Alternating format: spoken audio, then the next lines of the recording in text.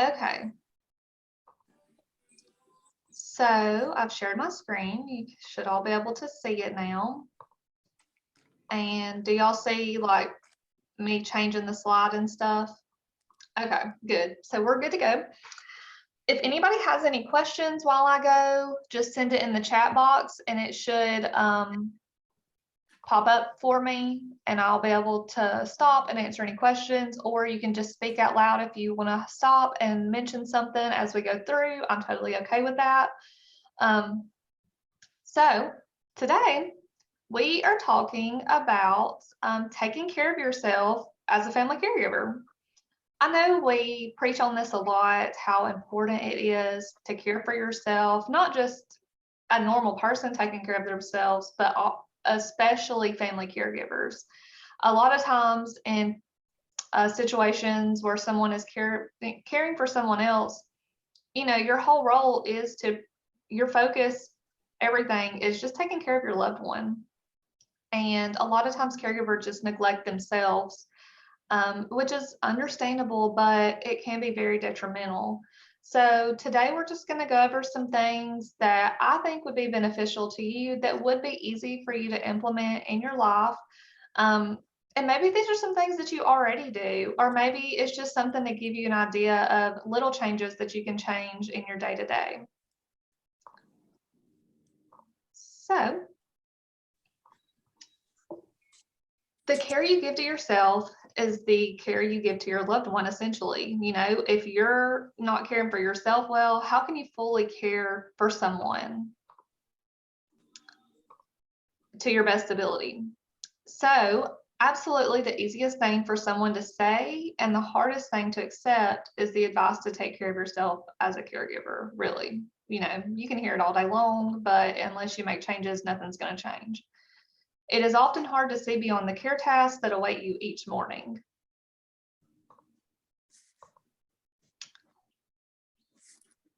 What is shown by study after study is that caregiving compromises health. About 60% of caregivers show signs of clinical depression, and caregivers take more prescription medications, including those for anxiety and depression, than others in their age group. Reluctance in asking for and accepting help is a major barrier to getting necessary respite and support. Who has time to think about breaks when there's a million other tasks to be done? 75% of caregivers in America are women, some taking care of spouses, partners, some adult children taking care of parents, some parents taking care of adult children. And what does taking care of yourself mean? Why is it so hard to do? And how do you essentially really do it? So first thing is support. Support and coping comes in many forms. Some it may be praying, talking to family, talking to your friends, or a professional.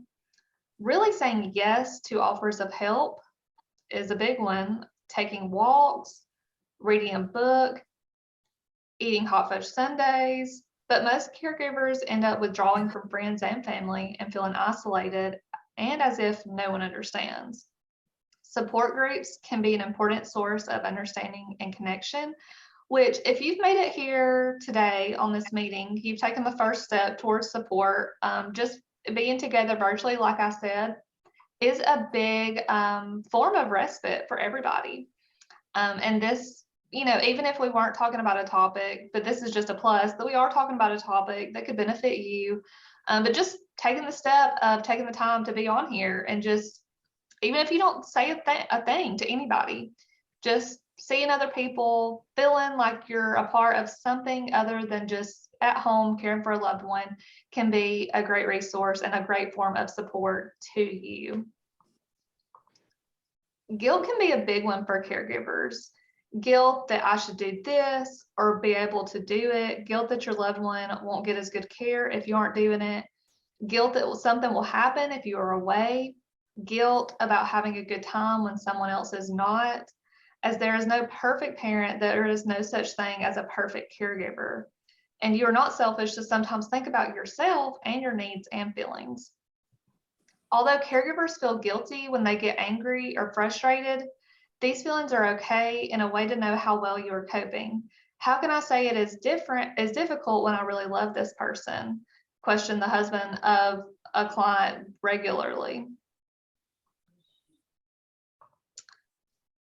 Setting limits is a big one. Learn to ask for help, which that's a big thing.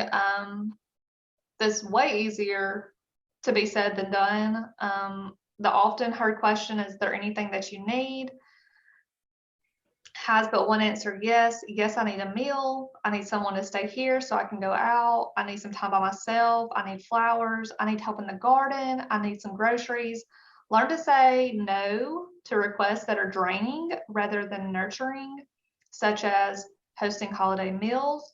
You can still make choices about your life and what is right for you, and you do still have some control.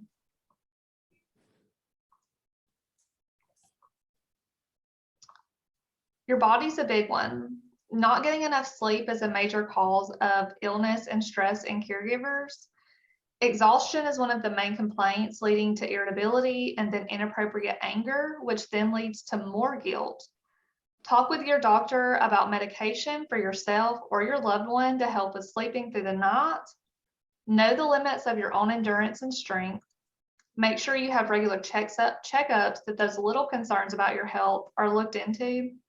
Exercise is more important as it gives you a break.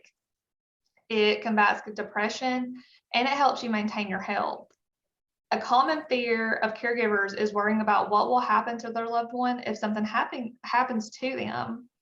Worrying doesn't help. Take better care of your health to in turn be able to provide the best care for your loved one for as long as possible. Education. Learn as much as you can about the illness so that you can understand what is happening to your loved one. In a lot of situations, we promote you taking care of yourself, but we also promote caregiver empathy. So the more you know about what your loved one's going through is going to be able to, put you in their shoes a little bit to know how to deal with their situations a little bit better. Attend a workshop like this or support group, not just for emotional support, but also to learn caregiving tricks to make caregiving easier. You obviously can't know it all. This isn't a job that you were trained to do. You were most likely thrown into the situation of being a caregiver. Contact someone who can help you connect with community resources and actually use them, And on to emotional health and respite. Taking care of yourself may mean dealing with family problems. How can you make your siblings pull their weight? Possibly you just can't. And learning how to have a family meeting or work around them is essential for survival. It is easy to become overwhelmed, thus the need for breaks. Without breaks, you begin to question yourself, feel inadequate, and experience burnout. Caregivers are often mourning the loss of a person who used to be. Grief and loss need to be acknowledged because a lot of times caregivers are just trying to survive caring for their loved one, but also mourning the loss of who they used to be.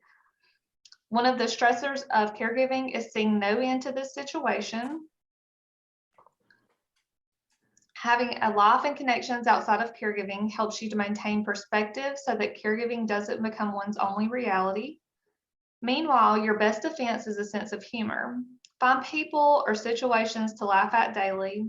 It will definitely refresh the soul and renew your spirit, even if it's just you having to just laugh at yourself. Don't sweat the small stuff. Find the laughter and whatever it may be, and just try to take it easy in whatever area that you can. And those, like I said, those were just some of the tips that I thought would be easy, that doesn't really require work for you, that you could implement in your day-to-day. Do any of you have any current things that you do to care for yourself regularly?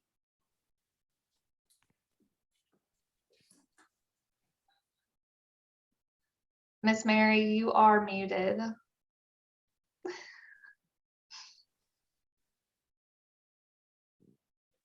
Can you hear me now? Yes. Great. I said I love reading, so I read a lot. anyway, and sometimes I will because everything is just so routine, you know. And I have to work it like that because that's what works for him mentally. My husband had 2 strokes, and he's used to taking his medicine at a certain time. You know, I have it in my phone to remind me to tell him, okay, it's time to take your meds, which makes me, especially early in the morning, have to get up, and that can be stressful to me because some days I don't want to just get up right then, but I have to because I know that after a certain amount of time he has to take his meds. So, and I have to put enough food per se in his body in order for the meds to sustain him, you know, not make him nauseous. Yeah. So I have to do that, and just the idea of it being routine, you know. It makes it an obligation. So, but for me, my pastime is just sometimes I go out and I sit on my deck and just hear the birds or whatever, or pray. I do, you know, what I do, but reading is my exit, if I can say it like that. Yeah. Well, at least, you know, you do have that outlet of reading, and that's really good, you know, that you find time to do that. Does anybody else have anything that they implement regularly to just take a break for yourself or something that you enjoy to do? She mentioned listening to the birds. So we put 2 bird feeders right outside the double window beside my husband's bed.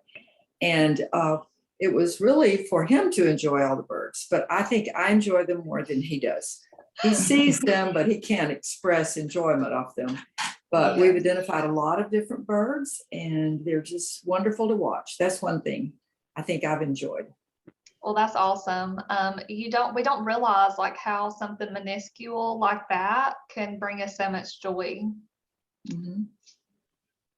We are movie watchers. My husband and I would go to movies, you know, before he was ill. We went to movies all the time, sometimes 2 or 3 on a weekend.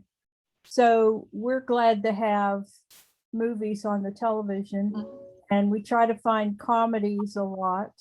We like drama and action, but comedies, sometimes I say, we just have to watch something funny. Yeah.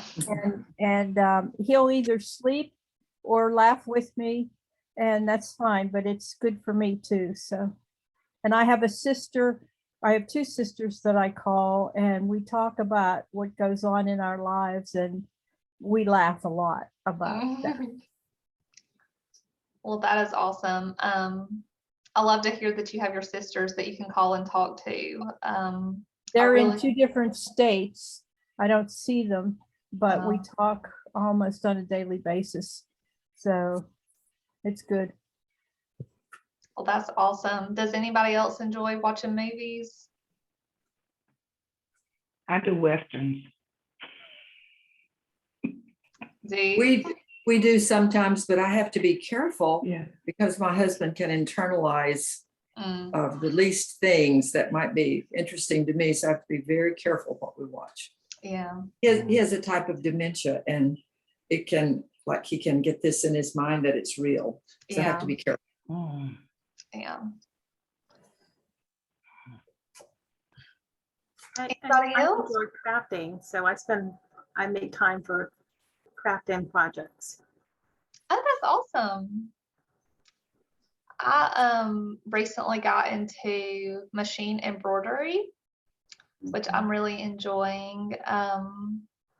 I do like to read and stuff, but I just felt like I needed another hobby, you know, just to like something outside of just work and being a mom and just everything. So I'm really enjoying it. So it's been a big learning curve.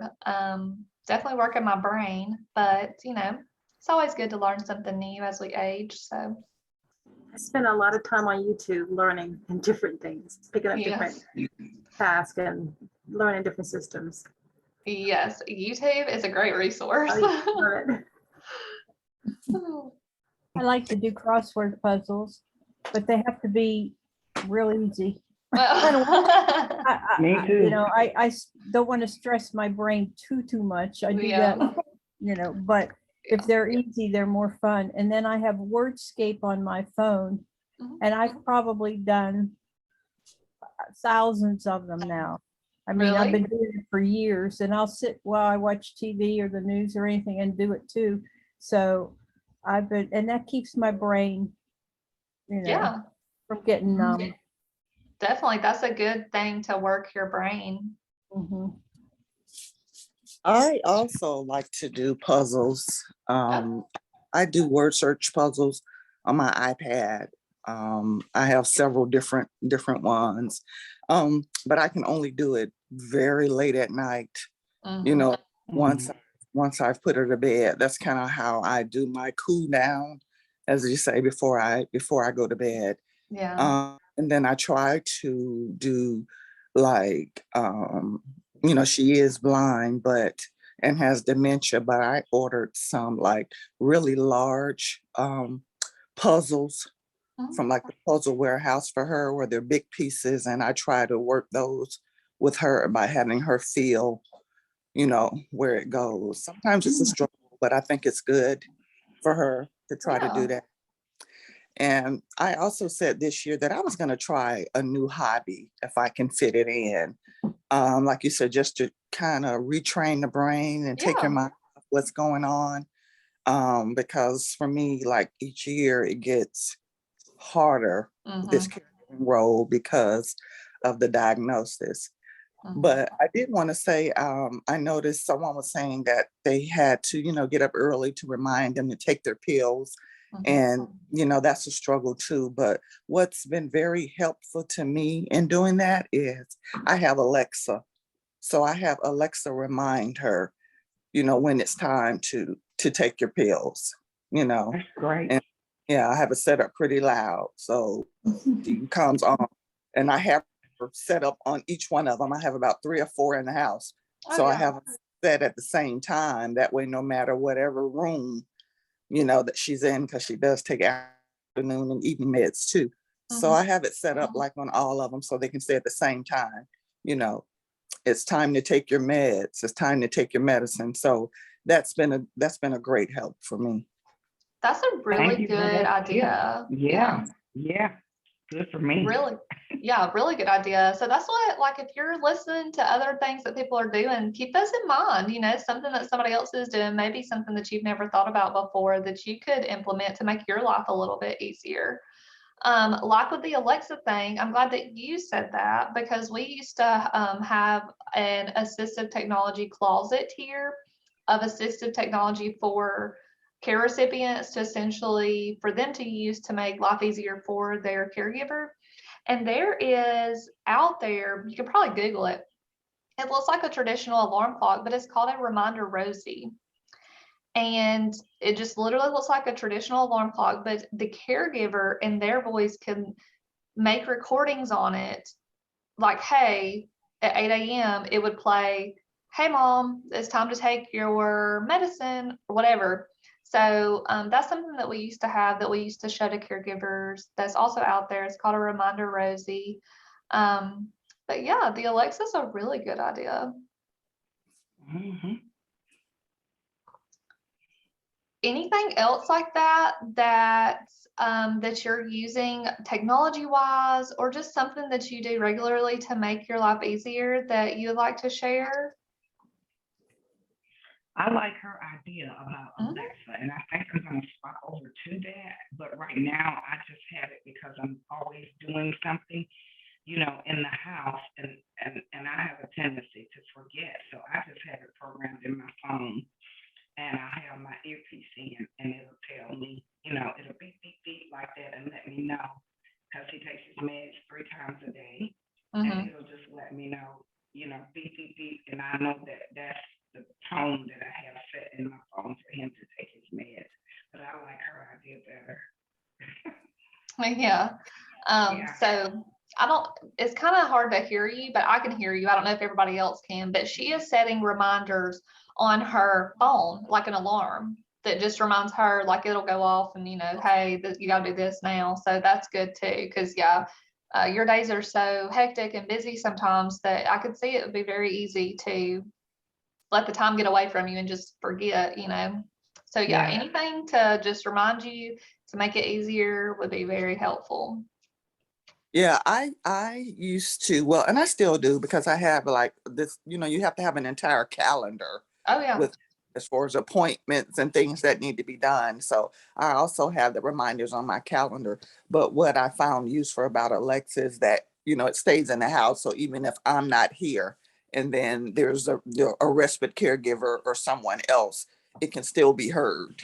And like I said, that it's magnified when all of them say it at the same time, as opposed to it's just one and you're sleeping, you know, and you don't hear it. So I'm like, if it startles you, but it helps me too, in case I get caught up in something or cleaning or doing something and forget, and I'll hear it and I was like, oh, okay. So it's she's been a great help. And I'm reminding her, I set reminders to remind her what day it is and the time, because she's constantly asking me that, you know, what day is it? You know, what time is it? So, and it's funny because she can't remember her name. It's like things that she'll ask me, and I'll say, you know, ask her, and I'll say, try to prompt her to say the name, and she calls her everything: Electa, Alexis, you know, Amy, girl, hey you, you know, she calls her. There's a Saturday Night Live video. Get on YouTube, and it's called what's the other one? Not Alexa, but there's another one that's Google. Siri. No, that's on the phone. Cortana. No, but anyway, it's Silver, whatever it is, Silver, and it's for and all the characters talk to their Alexa, but give them different names and tell them to do different things. Like, what are those kids doing outside? They're playing. What do you mean they're playing? You know, it is hysterical. And I went one time, I was house sitting for someone, and I kept saying, Siri, turn on the living room lights. Siri, turn on. And I forgot her name's Alexa, not Siri. Figure out why she wasn't working. Yeah. So if you see this, it's Saturday Night Live. I'll have to look it up and I'll tell you before the end of the thing. It's hysterical. And you see yourself in it, or your person that you love in it. So it's funny. I bet that is funny. Well, anything else anybody wants to share? One thing we use with Kevin, because he's so visual, but it's hard to get him up in the morning and moving and doing all the things that he needs to do. So we have a picture schedule on his iPad. So he knows what he's supposed to do and at what time, because he's very cued into what time things need to be done. And that seems to help him along. Otherwise, he just wants to take, you know, break time all the time. But if he knows, okay, this has to be done by this time, and he sees a picture of it, he's more apt to do it. And, you know, sometimes we even have to do like a reward system, but that seems to help him get through all the schedule things he needs to do to get up and going in the morning. Oh yeah, that's a really good idea too.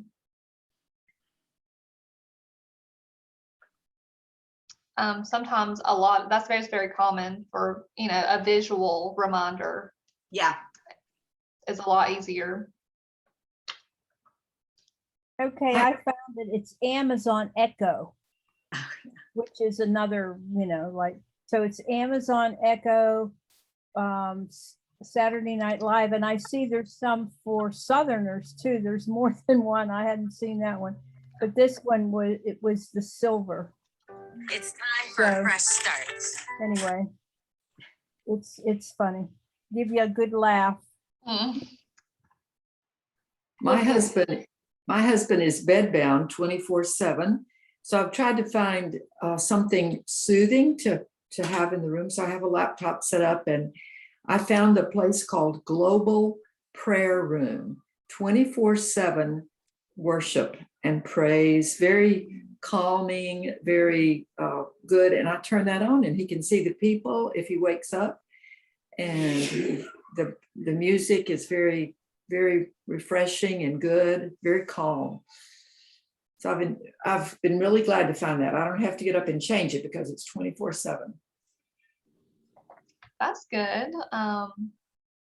Yeah, like any sort of resource, like I said, that y'all can find to just make life easier for you or your care recipient is great.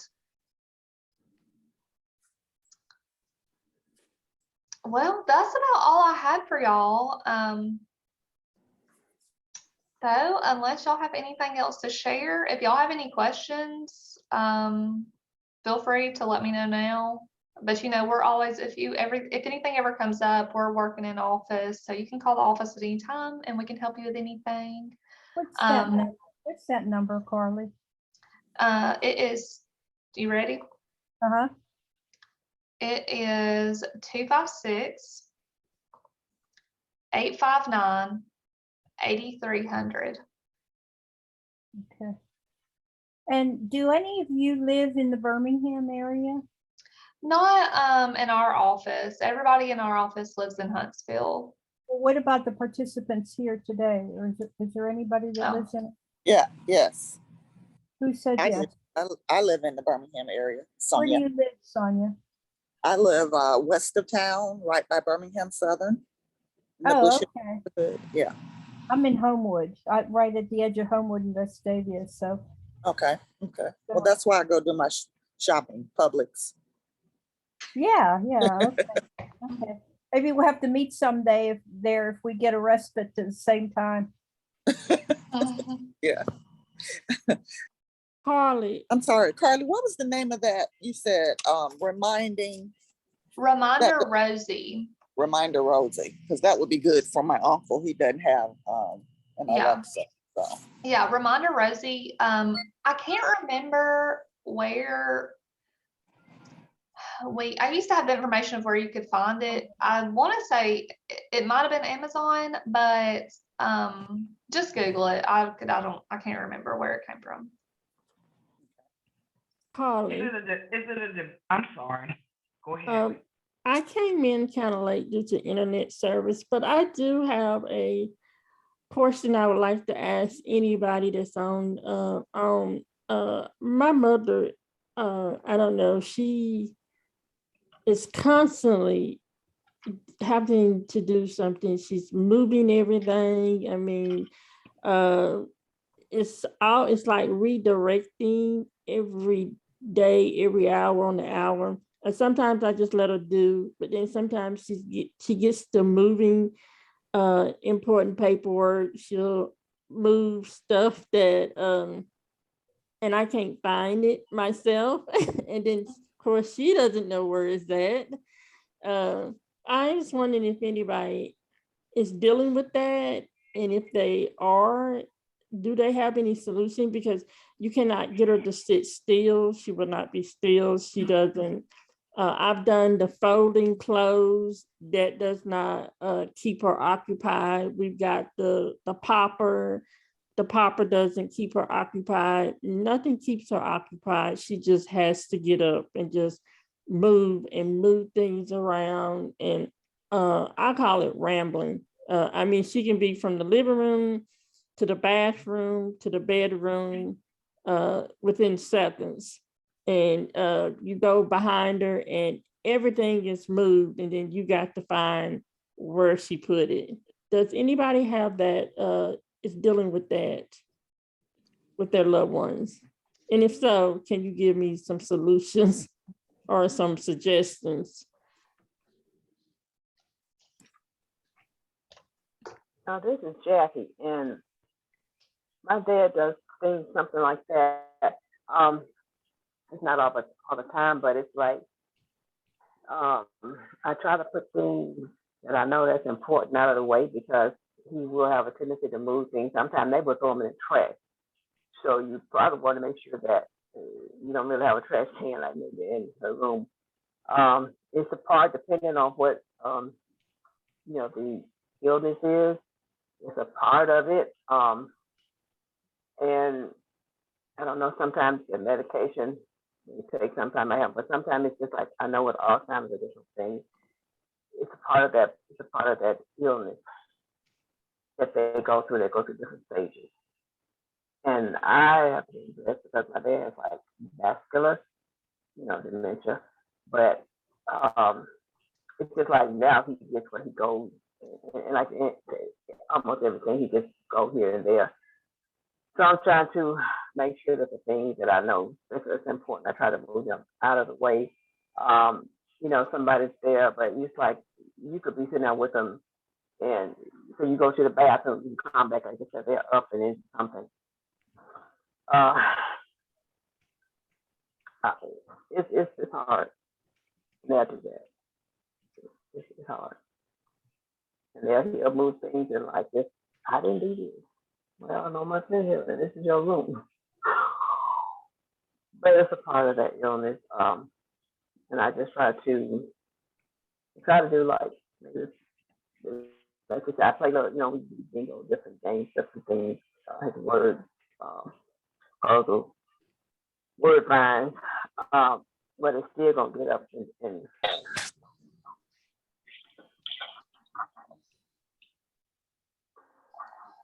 that's all I have. Ms. Stowe, were you able to hear that? Yes, I was, Carly. Okay, good. So,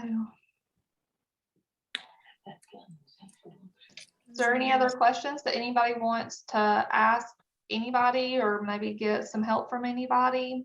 These are your greatest resources right here as other caregivers.